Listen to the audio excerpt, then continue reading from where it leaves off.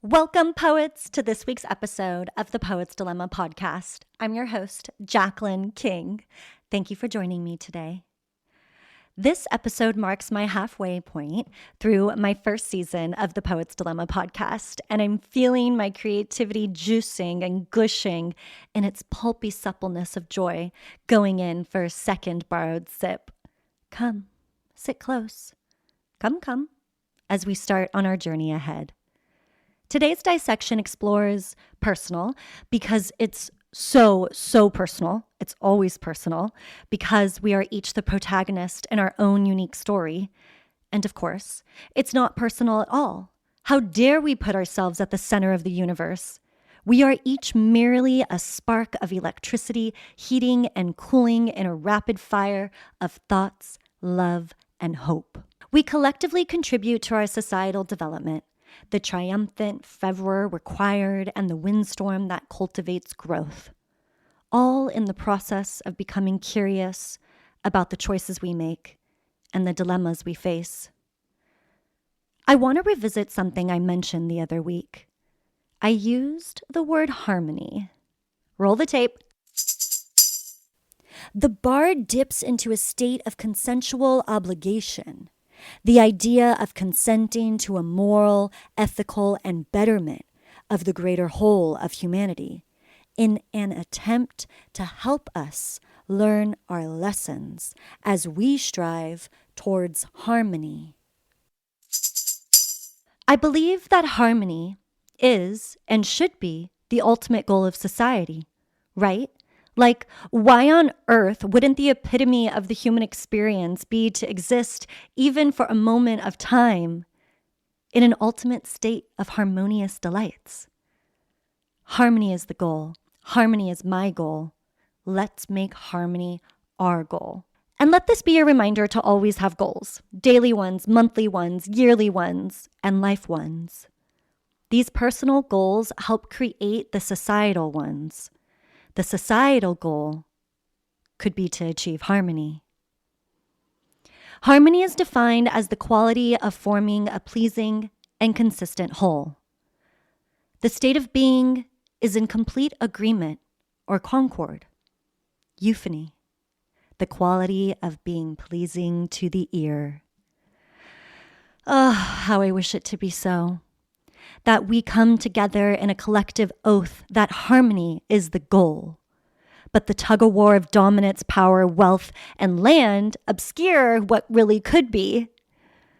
When I think about the conversations that I've held space for, listened to, and challenged, the profound conclusion I repeatedly come to is that society is entirely motivated by fear.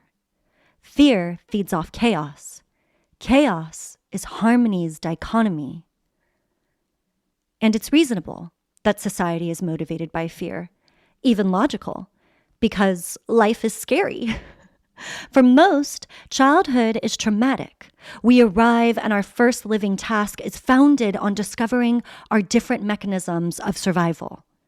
And these methods become our strategies for coping with life's contingencies, influencing our ability to goal set and to dream. Big, beautiful dreams rooted in security, safety, and trust. We become entrenched in our fears of ourselves, our surroundings, and our future. Our insecurities win. We stay small, and we stay with what is familiar. This is why abused children often find themselves in abusive relationships as adults. Fear is capitalism's firstborn because capitalism conceives with competition, and competition poses the chance to lose. Loss is to be without. Without creates jealousy, jealousy harbors greed, and greed creates disparity, and disparity is chaos, the antithesis to harmony. It is said that our knowing of one thing can be defined by its opposite. Harmony cannot be without its unpredictable companion, chaos. Since life has proven chaos exists, look at the world today. Look around. Chaos exists. It's madness, it's vapid, it's violent, and it's fucking scary. And so, if this can exist, perchance harmony is just a little way upstream. And here we have it. The dilemma on cue for today. The dilemma of harmony. Let's get into it.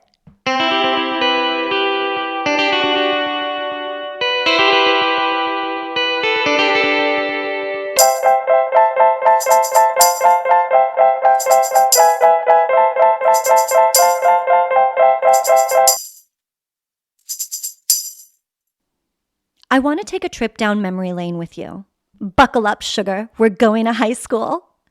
And it's one of my favorite days in high school nonetheless. How profound it is to be shaped and influenced so incredibly and so deeply that it continues to inform the human I am today. It's European history class, the place where my internal flame scorched and my mind expanded. My teacher, Mr. Bingham, writes on the chalkboard in his chicken scratch penmanship, dialectical materialism, as part of the discussion of Marx and Engels' theorization of communism. Writing during the industrial revolutions of the 1840s to the 1880s. Ugh, that was a mouthful of dicks. Let's break it apart like a banana we're sharing for breakfast. I'll begin by defining some key terms that I believe, regardless of your economical point of view and beliefs, that having a fundamental understanding of this framework will not only aid us in developing and understanding our true relationship to the concepts of commerce and profitable exchange, but it will also help us articulate the way in which we see the world in a more nuanced and profound way. Even if you think different than I, and you likely do, because we have different minds, this discussion and exploration together will only help us gain perspective, helping create a more reflective value system. So let's go through it together. Dialectical is the adjective of dialectic, which originally refers to a method of conversation or reasoning through dialogue, especially one involving opposing viewpoints. That part is key. Opposing viewpoints. Dialectic has an acute tension that, when thoroughly understood, can be transcended and metamorphosized. Transcendence is the reward. Reflection is the craft. If you take nothing else from what I am saying, take away this. To ponder one's own distinction of the mind and choosing a path of awareness of one's own self in relation to the world around you, you become ever a part of the compass guiding us on the path of collective healing. Write it down. Step 1, become self-aware. It's a muscle we must exercise. As fundamental as it sounds, it's not so simple for the world to simply reflect.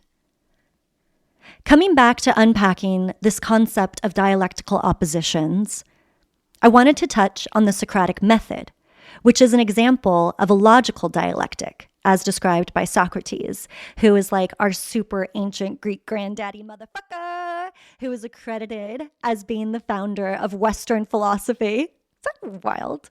What a guy. So the Socratic method aims to achieve a state of reasoning, revealing the truth by asking a series of probing questions, often deployed by a teacher and a student, questioning to achieve excavation. Excavation means to unearth. I love this word. Dialectical from a philosophical viewpoint, as philosophized by the Hegelian and Marxist dialectics, is a clash exists between the opposites, just like a thesis and an antithesis. The tension between these opposing forces eventually leads us to a new understanding, to a synthesis. For every thesis, there is an antithesis, and that tension and pressure ultimately produces change, synthesizing into something new, something different. Contingent change is ever occurring, but the choice in which we respond to the change signifies our own empowerment. In life, I aim to actively affirm my change, either by evolving my surroundings, my relationships, my perspectives, my habits, my desires. I affirm this so I can be a participant in my own evolution. Materialism, in the context of dialectical materialism, is the belief that the material world, physical things, economic systems, class relations, and real world conditions, shape our ideas, beliefs, culture, and consciousness. Materialism is formally defined as the doctrine that nothing exists except matter and its movement and its modifications. Everything around us is defined by its material representation. If I stand in the doorway, the door is real, and I am thereto real in relation to the door, and my body moving from one room to another. When I was studying philosophy and logic in university and learned one semester about solipsism is the philosophical belief that only the self can be truly known to exist, and everything else surrounding us is the byproduct of our own imagination. It's truly the most self-centered philosophical concept. Moving on. Now, let's make our dialectical Barbie and our materialism Barbie have sex. Bam, we get dialectical materialism, the belief that society is entirely driven by worldly material conflicts, i.e., the big motherfucker, the universal class struggle. The dialectic has it that slavery synthesized into feudalism, which gave rise to the bourgeois, which birthed modern-day capitalism. Marx theorizes that there will be a proletariat revolution, an uprising, because the class struggle becomes so tense that it combusts. And within this act of revolution, we can achieve a state of harmony.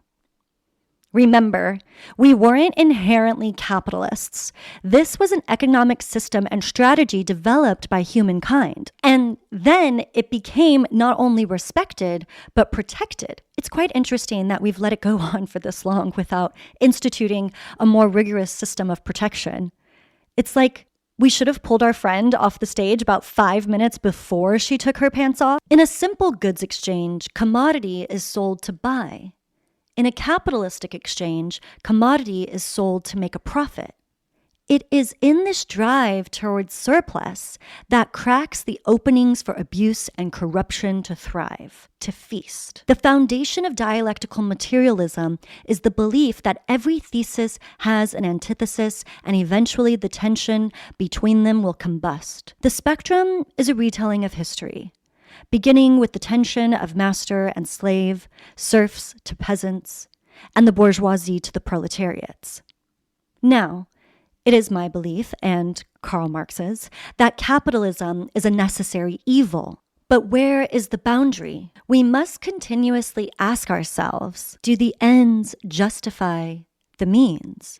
The tension between the bourgeois and the labor class pushes vast technological advancements, higher standards of living, scientific discoveries, and access to knowledge and information. However, the theory goes that the tension becomes so unbearable between the wealthy and the poor that revolutionary change is tidal. The reality is, as horrible as we may feel about the world today, in its violence, in its selfishness, in its chaos, it is also a place that carries Mother Nature, our friends, our family, our love, and our hopes. What happens when we collectively adopt new means of collaborating and congregating? What if community and resources were of plenty, and our values were more aligned with our hearts rather than the rat chase? We can help change the world through our daily actions. I'm working on it each and every day myself. I struggle with knowing what are the best ways in which I can help. Where can I make myself most useful? Sometimes when I revert back to my wounded inner child, when I become 9 again, alone, silenced, anxious, and scared, I think about all the children in the world right now, in this moment, that are feeling just like I did when I was a little girl, and I make a prayer for them to feel safe very soon. I hold them. I hold her. If we choose to strive towards harmony, We choose to cultivate a society where individuals are safe and secure, to feel motivated by their passions, and have the freedom and ability to pursue those passions as careers, rather than having to work a laborious or corporate job in order to live. In the harmonious state of being, art is celebrated, culture is vibrant, technology completes menial and monotonous tasks, easing the functionings of society that used to bog people down. The economic affairs are so foreign to the current state of things that we can't even fathom it. But if we start to give the concept of harmony a seat at the table, we can discover what it is, how it is. We must trust fall.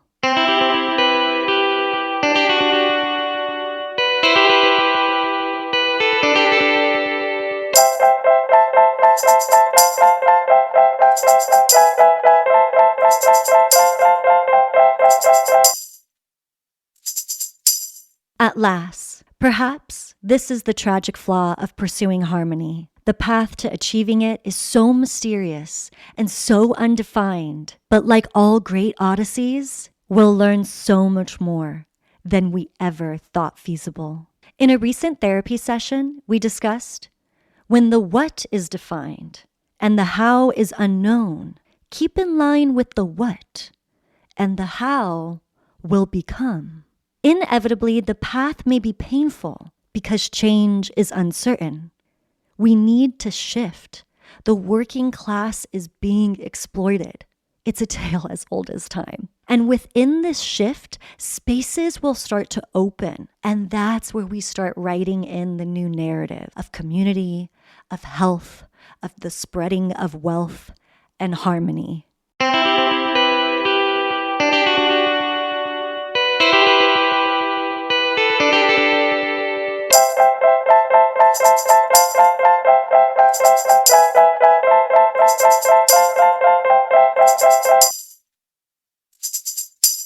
I want to introduce a poem by Meryl Rootkaiser. I first read her during my grad program, and it was such an amazement to me that I had never encountered her before, as I fell for her dearly. She was born in 1913 to a Jewish family in New York City, 1 year prior to the start of World War I, which would begin in the summer of 1914, all because the driver took a wrong turn. Well, not all because, but the assassination of Franz Ferdinand, heir to the Austrian-Hungarian throne, certainly was the final trigger to declaration of war.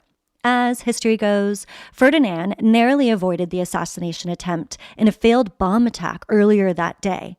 And if it wasn't for the driver making a wrong turn, a Bosnian Serbian nationalist wouldn't have fired 2 bullets, killing both Archduke Ferdinand and his wife Sophie, which ultimately led to the declaration of World War I. World War I was the first full-length feature documentary on war.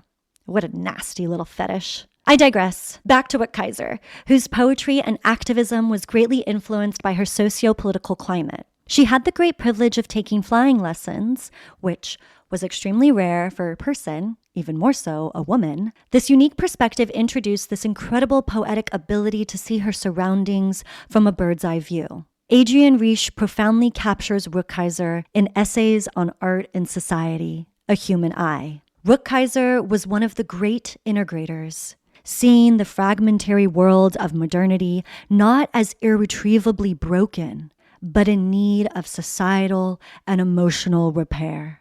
Rootkaiser has this ability to sense hope in the dark. Fearless and diligent, she writes an investigative poem detailing the Hawks Nest Tunnel disaster that left hundreds of miners to die from lungs disease. This event is considered one of the great industrial tragedies in American history. This poem is called The Book of the Dead by Meryl Rootkaiser. These roads will take you into your own country. Seasons and maps coming where this road comes, into a landscape mirrored in these men. Past all your influences, your home river, constellations of cities, mottos of childhood, parents and easy cures, war and all evasion's wishes. What one word must never be said, dead. And these men fight off our dying, cough in the theaters of the war. What 2 things shall never be seen? They, what we did, enemy what we mean. This is a nation seen in halfway house. What three things can never be done? Forget, keep silent, stand alone. The hills of glass, the fatal brilliant plain. The facts of war forced into actual grace. Seasons and modern glory, told in the histories. How first ships came. Seen on the Atlantic, 13 clouds lining the west horizon with their white shining halations, they conquered, throwing off impossible Europe. Could not be used to transform, created coast, breathed in America. See how they took the land, made afterlife fresh out of exile. Planted the pioneer base and blockade, pushed forests down an implacable walk, west where new clouds lay at the desirable body of sunset, taking the seaboard, replaced the isolation, dropped cities where they stood, drew a tidewater frontier of Europe. A moment. Another frontier held, this land was planted. Homeland that we know, ridge of discovery, until we walk to windows seeing America lie in a photograph of power, widened before our forehead, and still behind us falls another glory. London unshaken, the long French road to Spain, the old Mediterranean, flashing new signals from the Hero Hills near Barcelona.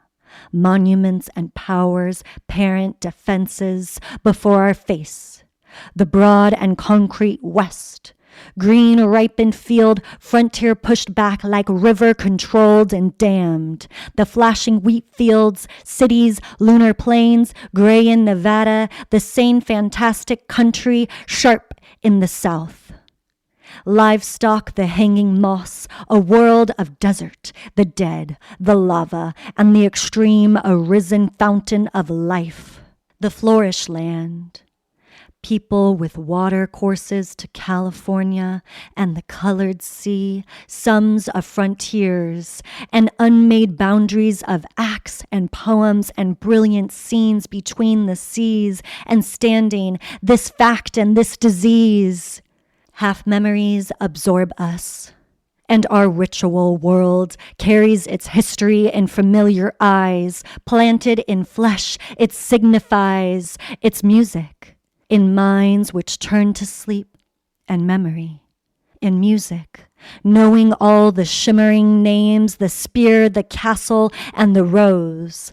Planted in our flesh, these valleys stand. Everywhere we begin to know the illness are forced up, and our times confirm us all. In the museum life, centuries of ambition yielded at last a fertilizing image. The Carthaginian stone, meaning a tall woman, carries in her two hands the book and cradled dove. On her two thighs, wings folded from the waist, crossed to her feet, a pointed human crown. This valley is given to us like a glory, to friends in the old world and their lifting hands that call for intercession. Blow falling full in face. All those whose childhood made learned skill to meet, and art to see after the change of heart, all the belligerents who know the world. You, standing over gorges, surveys and planners, you workers and hope of countries, first among powers, you give peace and bodily repose, opening landscapes by grace, giving the marvel lowlands, physical peace, flooding old battlefields with general brilliance, who best love your lives. And you Young, you who finishing the poem wish new perfection and begin to make, you manufact, measure our times again. These are our strength, who strike against history. These who corrupt cells owe their new styles of weakness to our diseases. These carrying light for safety on their foreheads descended deeper for richer faults of ore, drilling their death. These touching radium and the luminous poison carried their death on the lips, and with their warning glow in their graves.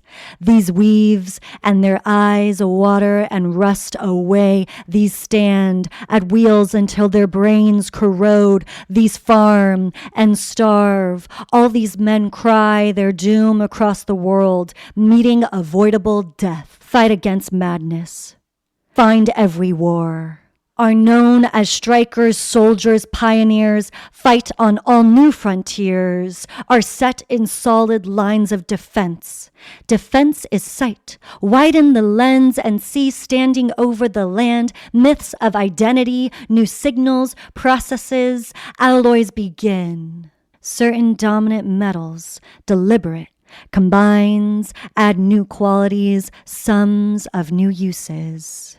Over the country, from islands of Maine, fading Cape Sable, fading south into the orange detail of sunset, new processes, new signals, new possession, a name for all the conquests, prediction of victory deep in these powers, carry abroad the urgent need, the scene, to photograph and to extend the voice, to speak this meaning.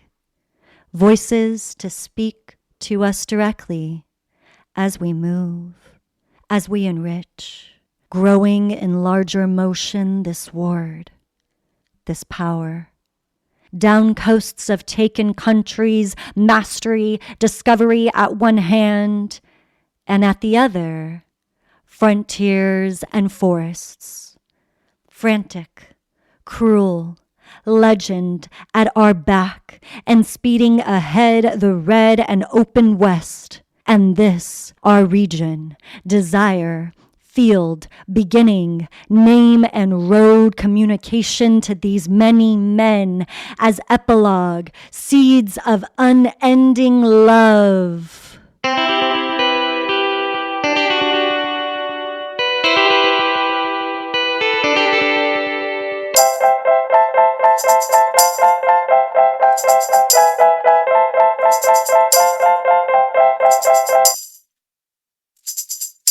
Rootkaiser's profound understanding of the inherent political flaw of ever desiring more and more power, she puts on display the horror of the frontier. Perhaps the goal of harmony isn't to achieve an everlasting, consistent state of being, but rather a weaving of itself into the fabric of society. How do we capture it for a few moments? How do we contain its preciousness, mirroring the internal beat of the heart, the soul of love, where we can feel like it's feasible?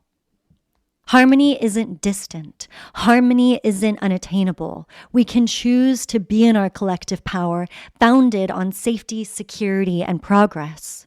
The spreading of love among strangers, kindness for 30 seconds, can make an impact that lasts all day. We are in the fortunate state of knowledge. We can see how the past lacked equality, respect, and freedom. Now that we have the language to define post-traumatic stress disorder, we can mitigate it, treat it, recover from it.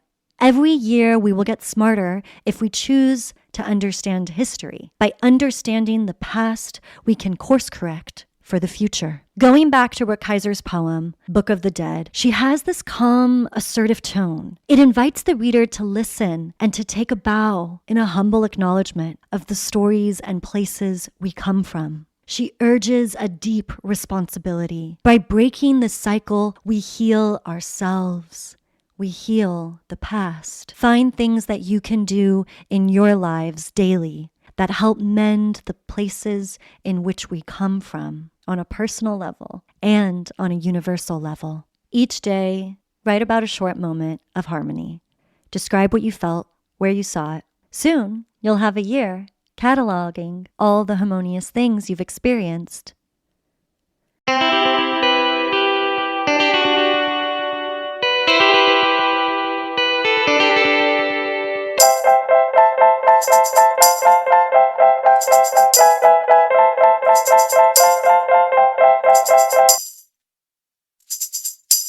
Concluding this episode posed a challenge for me. I wanted to write a new poem that contemplated and was in dialogue with harmony. For about 3 weeks, I kept saying, "What can I say about a girl named Harmony?" And in my head, I felt like I heard this line before in like a 90s rom-com, but the internet was unable to validate that for me.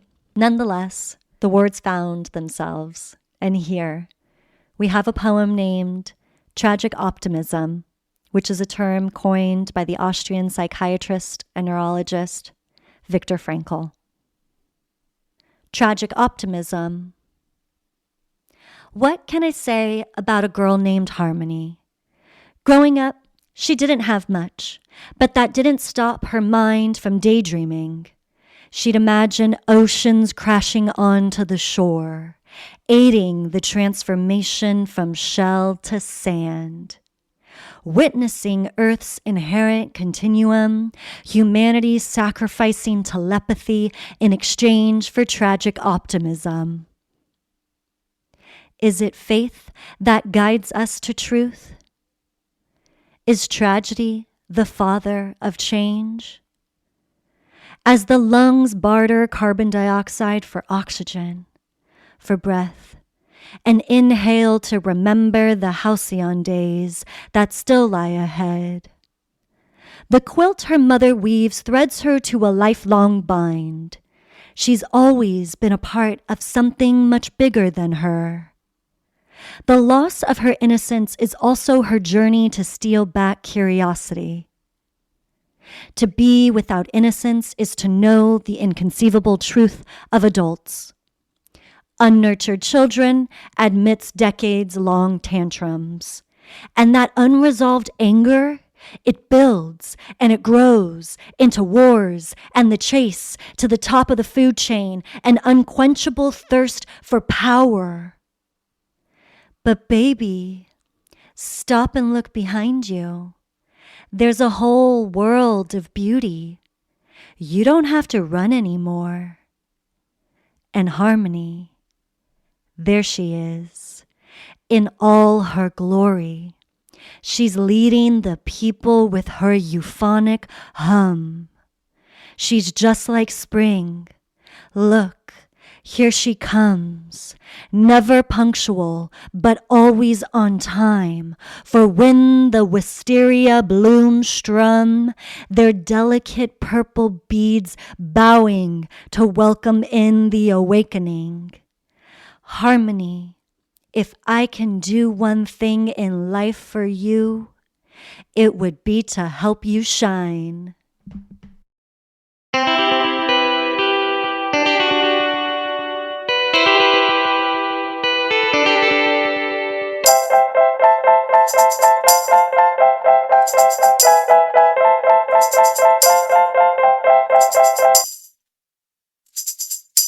Thank you, poets. That concludes this evening's episode of the Poet's Dilemma podcast. I'm your host, Jacqueline King. I feel like after everything we just dived into, let's take a collective breath with one another and remember that we are still in our bodies and that we are safe for the moment, right now. I want you to exhale all of the air that's in your body, push it out. Inhale for 4, 3, 2, 1. Hold. 4, 3, 2, 1. Out. 4, 3, 2, 1. The world is heavy, and that is why we must exercise the mind, heart, and soul. May you leave this episode inspired to walk towards the path of harmony. I'll carry mine so I can help you carry yours. Many blessings, poets. Good night.